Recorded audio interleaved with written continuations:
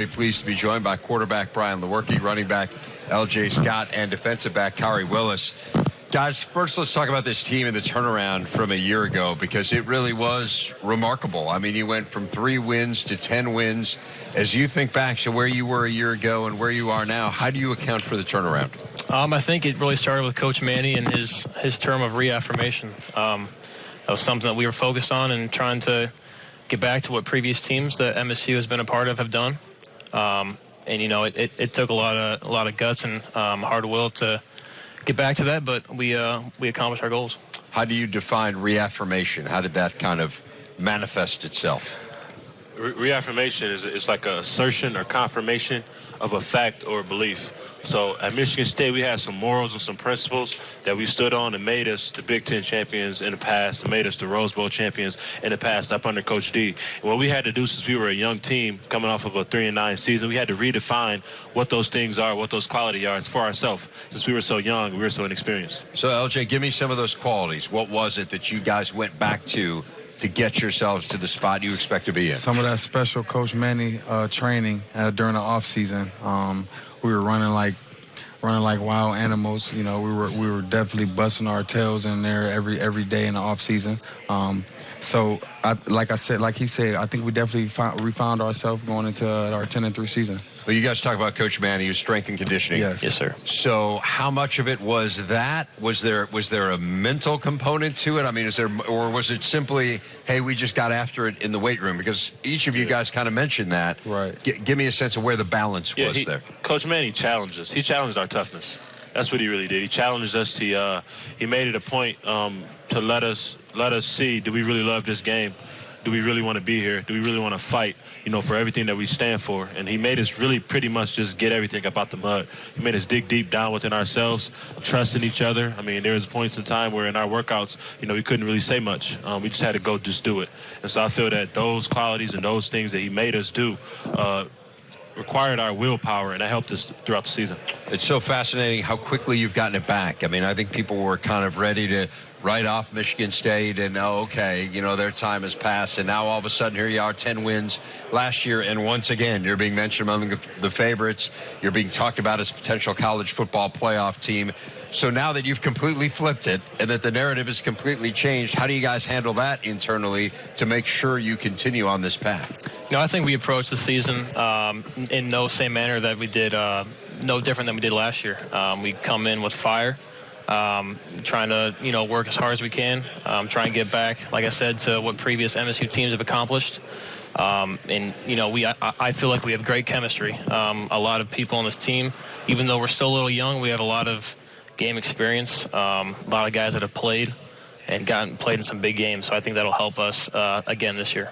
I want to know what it's like to play for Coach D'Antonio. And LJ, I'll start with you. He presents himself to us as one of the most mild-mannered people that you'll be around. And of course, we get a chance to go to practice.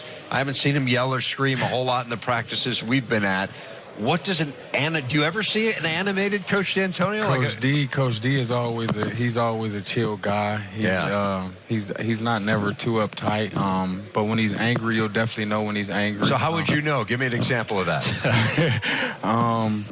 Just flip a switch. Yeah, I don't know. He flipped the switch so quick. His voice, is like out the roof.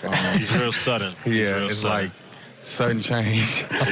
Sudden change within Coach D. It's important in football dealing with sudden change. Yeah. He loves that. He loves sudden change. So he's a great guy, great coach. He's definitely, I definitely love, you know, playing for that guy, man. And coming in as a freshman, I've been going into my 4th year playing with him now. So he's a great coach, and I respect that man. So you guys return virtually your entire offense intact here. You do lose your center. Yep. I mean, aside from a very important part, but I mean, a lot of people would love to be in that position of 10 of the 11 starters returning. I know it wasn't quite at the level you wanted it to be at consistently last year. So how do you become a more consistent offense, given that you've got all these pieces back? I think, like I said, the game experience is going to play a big part in that. Only losing one starter. Obviously, when we did have our good times, they were pretty good. We just obviously couldn't keep that up most of the time and score as many points as we'd like. Our goal every week is to score 28 points at least and get a win. So I think with the continuity and with the experience that we have, as an offense, we can reach that goal. Where do you see the biggest opportunities for growth on this offense, LJ? It would definitely be the guys up front. We're young, but we're very talented. We all got experience in playing before. We're just about, doing it at 100% and, and not only that play, but every play. Dominate, like I said before, it starts with the guys up front. Khari, I want to talk a bit about the defense. You have a new defensive backs coach in Paul Haynes. What's his style like? I feel like Coach Haynes is very, very similar to Coach D and very, very similar to Coach Barnett. He obviously brings a different dimension with him to the game. He's very, very particular, and I really, really respect Coach Haynes. I like him a lot. He's taught me a lot just about the game, just about our defense, about where I'm supposed to be, where my eyes are supposed to be. But he's on us. He's very intense, and I love playing for him. You talked about him teaching you. You taught a lot of people today who were in attendance at the Big Ten kickoff luncheon some things. You addressed that entire group on behalf of all 1,400-plus Big Ten football players. For those who weren't fortunate enough to be there in person to hear your address, give us a quick summary of what the message was. Yeah, so my message was in life you're going to have challenges. You're going to be faced with circumstances. You're going to be put in circumstances that you can't necessarily control. But through those circumstances, as Big Ten athletes, we can use our platform to be part of the solution. And that solution involves being a light, going back to our communities, inspiring kids to dream, inspiring kids to just continue the special tradition of what goes on a Saturday of diversity and everything that we learned within this great sport of college football. Illuminate people a little bit about your background. You're one of 10 children. Yeah. As you mentioned, you're from Jackson, Michigan, which is kind of a smaller city. Yes, sir. In Michigan, not too far from East Lansing, as you mentioned. You're very involved in the community. So how did you kind of talk about, we'll give back. In what ways do you give back? Yeah, my father, he runs a community center down in Jackson. It's smack dead in the middle of the South Side. And I spend a lot of my hours there working with kids, training kids, teaching them about their homework or about a sport that they're looking to try to pursue. And I also go to prisons, go to elementary schools, visit, read books with kids. I just try to be as involved as possible. Go to shelters, just hand out food, maybe $10 worth of peanut butter and jelly or something. Just trying to do things using my platform to help people. And I feel that there's been a lot of people that's helped me in my life, so I want to try to keep the trend continuing. Well, really admirable. You spoke beautifully today on behalf of the players. I know represented everyone quite well. LJ, I want to talk to you a little bit about on the field as we wrap things up with the three of you. You had a decision to make. I mean, you could have gone pro. You decided to come back. What ultimately swayed you to return for another year? Individually, it was my performance. Like I said before, like I'm going to say it again, I knew halfway through the season, a little more halfway through the season, I was going to come back with my performance.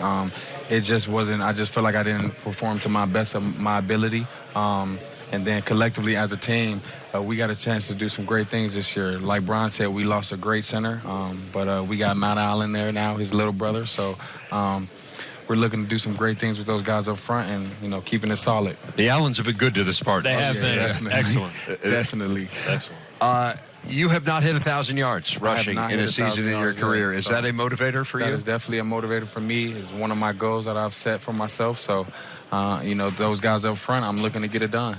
Speaking of motivation, for as good as you have been here at quarterback, and certainly were quite good last year, I don't always think you get the recognition that you deserve. How much do you internalize that heading into the year? I think there was still a ton of stuff I could have done better last year. There's a lot of balls that I missed that maybe could have changed the outcome of some games, and I'm very aware of that. I know I need to fix that, and if I do, I think it'll just help our offense overall become better, be more efficient, help us score touchdowns, and help us win games. All right, well, good stuff from all three of you. Brian Lewerke, LJ Scott, Khari Willis. Thanks a lot, guys. Great job, and best